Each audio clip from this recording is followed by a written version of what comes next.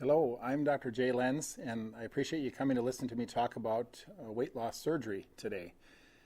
We'd like to talk about how surgery can affect your weight and who's eligible for it, etc.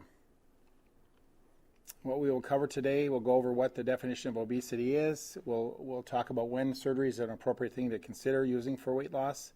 We'll talk about the procedures we offer at Lakewood Hospital. We'll talk about the surgical pros and cons of the operations, possible complications, lifestyle changes to make you successful, and we'll go over what you have to do to get involved in the program and pass through the program successfully. So we'd like to first define what obesity is. And obesity really is a condition where a person's weight is greater than it should be for their height. And we know that obesity contributes to conditions of health, and that's why I'm interested in it as a surgeon, because I see a lot of patients who have a medical problem that's surgically treated, that's more difficult to treat because of their weight. And so I became interested in that by that. We measure obesity with this thing called the BMI, or body mass index. And it's important to know what your BMI is to define where you are in the group of patients that we're talking about. So we'll talk about BMI a little bit here. It's a ratio of your height and your weight, a special ratio, and it's calculated off of a website. You can either go to the CDC.gov website, or you can go to just Google BMI calculator, and it'll find the calculator. Just enter the height and weight as they ask you to do it, and it'll calculate your BMI. And that'll allow you to put yourself on the chart, determination whether you would qualify for surgery or not.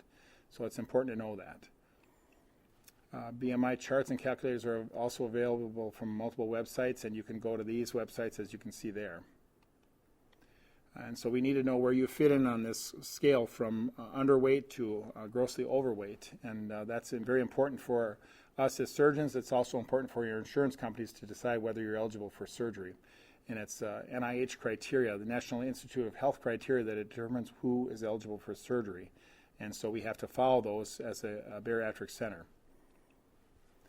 What causes obesity? Now, I wish I knew the answer to this. There's all these things that affect people's weight, and we don't know which one of these causes is the biggest contributor to most patients, but I think they all play a role. And I think our job is to help you decide or help you determine what might be your cause and how we can eliminate that cause and help you lose the weight you need to.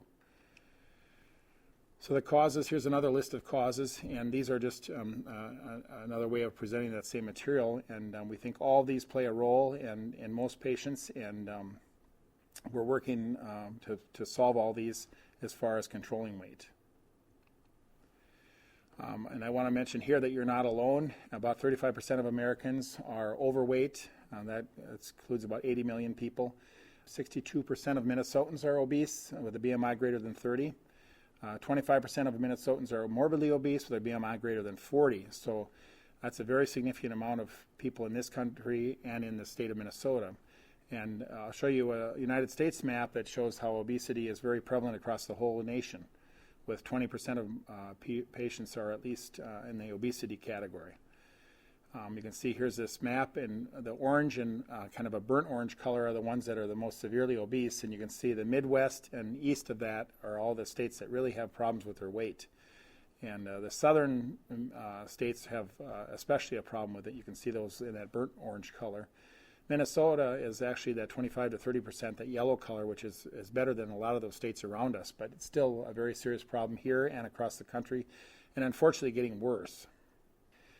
The cost of obesity, I know obesity is a terrible problem. It's very expensive, both personally and on a larger scale, and you can see that obese patients pay quite a bit more for their health insurance per year compared to the normal weight patient. You see the numbers there.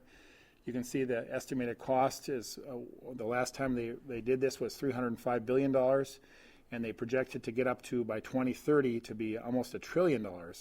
That's a tremendous amount of cost, and we'd sure like to cut that back if we could by controlling this problem. What we'd like to talk about next is obesity-related health conditions and how we can treat those.